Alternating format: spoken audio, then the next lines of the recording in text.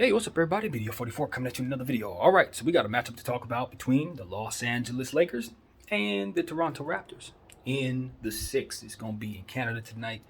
And we're going to be out some guys. AD, Braun, and Patrick Beverly are expected to miss this game. AD and Braun for sure. Patrick Beverly's doubtful, so you can expect he'll be out as well. I didn't hear anything about Lonnie missing this game, but he's dealing with the foot. So if we're sitting people, it only makes sense that they would rest him too. And it wasn't like he was able to do his full thing last night out there, but he is an athletic kid and a young guy, so if he feels good tonight, I'm sure he'll be ready to run. But with him dealing with that foot, I would feel a lot better if he sat too, to be honest with you. But yeah, this is favorable in my mind in terms of what it is I want the Lakers to do, because I just want us to protect against the health of all of our players. If Anthony Davis is dealing with flu-like symptoms, that gives us an out from having to strategize toward wins. We can rest people, which is ultimately our bigger picture, because we have an 82-game schedule to consider. And this is this is the beginning of a very long month. You can't even look at it as about in terms of this road trip, because we're only going to be home for a 3-game homestand before we go right back out for another long trip. That's going to carry us through the holidays. So it's not like you can look at this as any break in between these road trips, when you consider they got the first game back from the road trip is against the Celtics. So everything we manage needs to be managed as we look at the entire month, not necessarily one game and not necessarily this road trip. So as I see it, the best way for the Lakers to move forward is cautiously, very. And so a game like this, when you're not in particular advantage, I guess you don't have an advantage in this game in regards to this personnel matchups, then you can just concede it's a loss and strategize differently. And so, as we talked about in the Laker chat video I had this morning, it really doesn't hurt to just run guys that you don't regularly want to run most times, especially when you know you got a game in front of you that's, the whole way that Toronto plays, essentially, they attack us in the ways that we need teams not to. That's kind of what it is. They lead the league in forced turnovers, they lead the league in steals, they lead the league in points off of turnovers. It's one of those situations where it's like they lead the league in, if I'm not mistaken, offensive rebounds. Like, these are all the areas we need them not to lead league in. So on paper, this is an inevitable blowout. We're gonna lose by more than 10 points inevitably if the Toronto Raptors play even halfway the way that they're supposed to. We just don't match up well with them at all. And they're only running 7 players. In the last game they played against the Boston Celtics, they only lost by 6. Jason Tatum and those guys, they're not losing anything these days. But it's a situation where the team themselves, they just didn't really play all that bad, other than the fact that they couldn't hit some shots from behind the arc. In regards to Fred VanVleet, I think he went like 13 for 14, kind of shot him out of the game.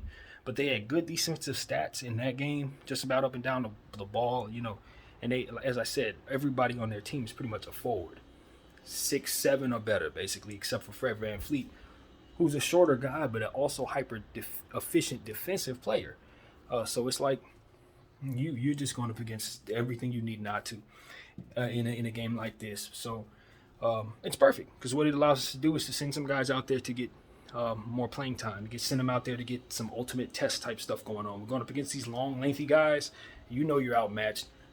How are you going to deal with that type of defense? How are you going to deal with these super talented players as lesser guys? Can you meet the intensity necessary to keep yourself from being blown out and make this a respectable basketball game? Or are we going to see more things that can help us teach? Our guys are going to make certain mistakes so we can say, okay, see, this is where you messed up. And in situations like this, you got guys going up against real starters. Next time you send them out there 3, 4, 5 games from now, because of a game like this, when you send them out there in garbage time, you're going to see them run the score up, because they're going to be in that space to have had played against talent that just flat out better than them. And that's going to make you better, as I always say. It's the effect that the Golden State Warriors had when they were dealing with all their injuries and they had to lean on Jordan Poole, lean on other guys, Looney and stuff like that. It allowed those guys to develop. It allowed them to become what it is that ultimately made them as valuable as they were as a unit, so that they could help carry the team into the championship that they had.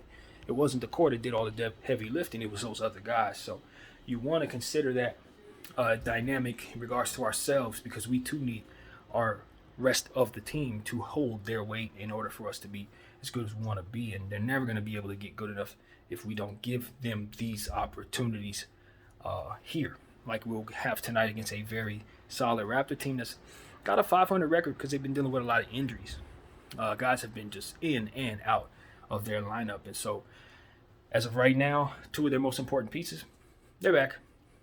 Scotty Barnes and Pascal Siakam, two of the best two-way players basically in basketball, to be honest with you. I mean, Scotty Barnes, the rookie of the year last year, although I thought it should have went to Evan Mobley, the guy we saw last night, who didn't really play that well, but it was close, and I'm a fan of both of these players equally almost, pretty much. I think Scotty Barnes is going to be one of the best defenders maybe ever. When I did homework on this dude and I told you guys about him, I was so excited about Scotty Barnes last year because of how well he picks up players who are much smaller than him from full court. He can track a guy like Ja Morant. He's fast enough, he's strong enough, and athletic enough to keep up with people who are ridiculously fast and ridiculously smaller than him. Somebody like De'Aaron Fox, I wouldn't say you want to put him on De'Aaron Fox, but if he's stuck on an island with De'Aaron Fox is in trouble because he's big and he's fast and you can keep up with him. So it's that kind of thing. It's like, that's just one of their players. Then you look at OG Anunoby. That's a whole nother all-star level player that's going to get like 4 and 5 steals on a good night, hit like 7 threes. OG Anunoby may be the most underrated player in basketball. He just might actually be the most underrated player in all of the league because of all that he faces in injuries. He tends to be out of the lineup a lot. But when he's healthy and he's right, he practically gives you as much as any star on both sides of the floor. So it's like you got to deal with him, and then he has the company of Pascal Siakam, who's another one of those fantastic two-way guys, all-star level talent, possibly someone who will drop 40 on you tonight. I could expect him to go for 40 against this type of lineup.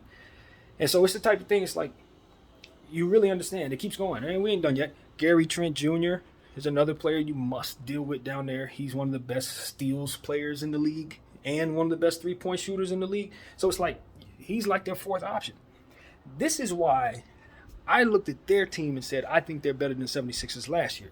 Because even though they had Joel Embiid and James Harden and Tyrese Maxey, in my mind, this team had so many wings and so many dynamic players that attack you. So I thought they would be able to overwhelm them with all these different players, but they weren't able to. And so that's really what it is. For whatever reason, this team underachieves. Even this year with the injuries and stuff like that, you got to look at their record a certain way, but they should be better. And I really believe that. I think that they should be better. I think they have everything that any team would want. They got all the wings. All the league's best wings seem to be in one spot. It's Toronto. So that's what we'll be dealing with tonight. They're going to be wanting all 7 of their players in wings. They got a guy by the name of Christian Koloko, a rookie that they got. He's a 7-footer that they got running it to 4. It's just length, man. Just like I was telling you guys last night. If you don't run length tonight against the Raptors, you have no chance of making this anything less than a blowout. That's really what it comes down to. They have too much shooting. They have too much length. They have too many players who can just hound you defensively all over the floor. It's a nightmare of the highest order when you consider that we're down so much talent. Guys like Austin Reeves and Troy Brown, it's going to be the test of their lives. Basically, they're going to have roles that they're not supposed to have this soon in their careers tonight. That's basically what it is. They're going to be going up against guys that they're not better than, and it's going to be an opportunity for them to really show a certain level of high frequency togetherness in order to overachieve and catch this team who has been struggling, and catch them and shock the world, because I've seen stuff like this before. This is an ultimate trap game for the Toronto Raptors. We're coming into their house. All of our best players are basically out, and every matchup favors them. So they got to either keep their foot on the gas or take the opponent lightly and watch us show upside, because that's what they did last night. Guys like Damian Jones and Thomas Bryant, they played very well yesterday. Now, the fact of the matter is, this is a back-to-back, and these are lesser guys. So I don't know how they're going to play in a back-to-back on the road, given the fact that they did play so much last night. But nevertheless, this is what's called upon them, so that's what they're going to have to do. Damian Jones' number probably will be called tonight. Juan Toscano-Anderson number will probably be called tonight. Since Lonnie Walker isn't injured, from what I understand, he will be heavily used tonight. And he's going to have to help us with what it is that he ultimately always does, which is score the ball. And if that 3 ain't falling, he's going to have to abandon it just like the rest of the team. So, Patrick Beverley, man, what are we going to do about this dude? Seriously. It's a situation where you don't really know how to feel about him if you're a fan of his, like I am. Because you want him to be on the team, but you can't justify playing him the way that we've been playing him. And you can't justify what it is that you've been seeing, with the exception of 7 points that he had 2 games ago early in the first quarter. He hasn't been able to score pretty much at all for our team, like literally ever. And so once in a while he hit a 3-point shot and you're excited, but most of the time it's turning into nothing. And so everybody's frustrated with this. I'm sure Patrick's probably the most frustrated with this, but we need Darvin Ham to be even more frustrated with this, because he's continuing to play the guy like he's, a starting point guard out there. And when clearly he's actually probably the most deficient offensive player we have right now. So we need our usage of him to reflect that. His hyper-intensive defensive abilities just have to be gone without, because if he can't score the basketball, we can't use him. We don't have enough help around him to let that be the case. And as, of course, with us being size deficient, it's just he's not giving us enough defensively to justify what he's taking from us offensively. And I don't know that Darvin Ham is ready to accept that, but he's going to need to, because it's starting to frustrate everybody, man. And I'd imagine it's starting to frustrate the players too. We've got to be very careful not to deject people, when you are strategizing a certain way and trying to lean in on other guys that you believe in. You'll deject the entire team, because ultimately it's about team goals that's going to lead us to success. So if guys are going to see you leaning in on one guy saying, I believe in him, when he's up here bricking every damn shot, it's like, well, believe in me, because I didn't make the last 3. You feel me? So that's what Darvin Ham needs to guard against, and make sure that he's not making the wrong decisions in regards to who he trusts, which is something we often speak on. Who are we trusting tonight? Obviously, we have to lean on our guys that we'd rather not, but that's purposeful. But how you line them up on the floor will determine how well they do. No, put Dennis Schroeder on the floor with 4 guards. Don't have Damian Jones out there with 4 guards. You know what I'm saying? It's like you're asking for it. Match up properly. Even if the guys are guys you'd rather not play. That's just the name of the game. Matchups. You know what I'm saying? I get it. Our 4 best players in any given moment might be under 6'7". But guess what? If the other guys are too tall, it doesn't matter. You're not going to be able to get the most out of those talented dudes that you put down there. So stagger them better. If you have to do it a different way, do it a different way. But don't put them all on the floor together and just say, these are my best 5 guys, and then that's it. Basketball don't work that way. We know it doesn't. So let's not even pretend like it works that way. Match up. So that's the thought there. Austin Reeves, man, I need your game to definitely come to play tonight. This is an Austin Reeves game, because at the end of the day, he's smart. And when we say smart, it's a lot of stuff that comes with that. Oh, that's a stereotype thing. No. I'm looking at this guy and I'm telling you, he's smart. He knows exactly what he needs to be doing at all times. He's not like a regular second-year player. This dude thinks like a coach. So what he needs to do is give to the team and not cater to what takes away from the team. I don't look at him like I look at other players in that regard. I look at him kind of like I look at Bron, kind of like I look at AD. In terms of here, like, look, you're one of them in that way. So please, cater to the success of the team. If we're shooting 16, 17, 20% from behind the arc, his 3-point shots need to come down. He needs to not be attempting those. To put the ball on the floor and get to the line. And continue to do the things that you and only you can do, Austin. Nobody draws offensive fouls better than Austin Reeves. I don't give a damn what nobody says. I've been watching this dude for the last 2 years draw every offensive foul he attempts to get. Nobody ever accuses him of flopping. He's the best at it. He needs to continue to be empowered to take advantage of what he can do on that side of the ball. He's been doing it perfectly. The way he chooses to handle it, it's the best there is. In my mind, I don't think anybody flops better than him, honestly, because you never know. He's flopping. But he is not flopping, because I ain't snitching on the guy. But it is what it is, man. We need to continue to lean on our strengths. Now, here's an understanding that I've come to absorb listening to whoever it was I was listening to today. This is not an independent thought, but it is true. The Lakers have a whole lot of trouble with dynamic guards. If you're a Jaylen Brown, Ja Morant, Donovan Mitchell, any of those dudes that can get off the ground, high fly act, next year it's going to be a guy like Scoop. If you got that type of talent, yeah, you're going to eat against us. That's the problem. We have got to find a way to have success against those dynamic guys. I saw far too many situations where it looked like we had cement shoes on yesterday. Guys just blowing past our guys just out of sheer athleticism. That's nothing we can do about that other than to say, Rob, do what you can to get us some more athleticism down there. So again, this team needs a trade, man, because there's not going to be a way to audible into being able to stop John Morant with this unit. It ain't happening. We don't have the combination of stuff that can create the proper walls to stop a player like Donovan, which is why he went off for 43 last night, which is why I expect Ja to go for 40-something, which is why I expect more of the same tonight. Now, they do have a different way of attacking. I wouldn't say that they have dynamic guards like that. Their dudes more so attack, shooting the ball and then attack you defensively and get into transition, as we've already said. So it's no super leapy guys like that on the team necessarily. But at the same time, you're talking about Scotty Barnes, who,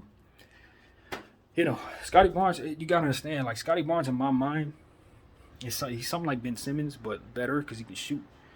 So, like, he may not be able to pass and ball handle like Ben, but defensively, he's just as good as Ben.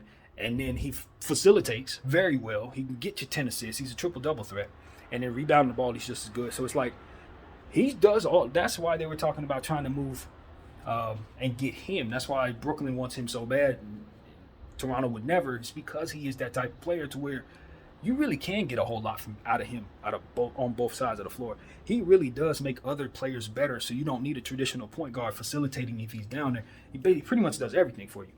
So obviously, he's still in his early development stage as a second-year player. He's not perfect yet. He's not where he's headed. But Scotty Barnes is a perennial all-star when he fully develops. And probably a defensive player of the year candidate when it really gets going. So we got to trust that our understanding of this player is going to be something that's going to prove true tonight, and he's going to go off tonight on us. So we need to be ready for him. And Pascal Siakam, as I said, I expect Pascal to go for 40 tonight.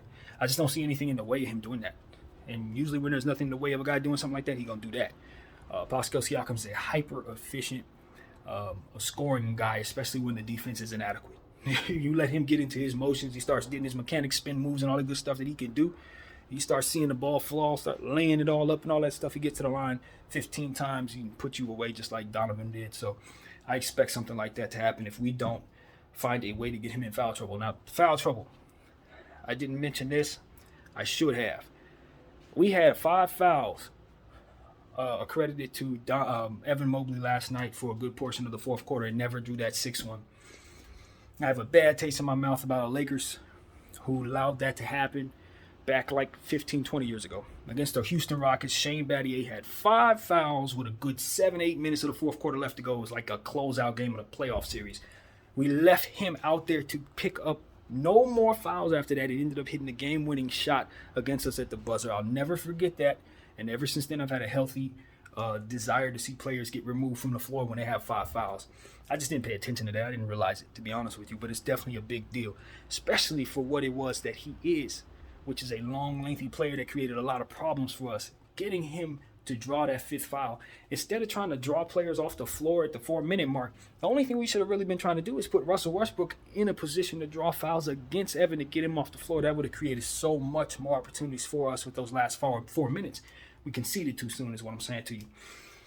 I want to see us not do that tonight. I want to see us, first of all, not go small at all, because you're just asking for our lesser guys to get ate up and feel bad about themselves. So don't do that to them. But also put us in a position to where if the game's close somehow, don't concede.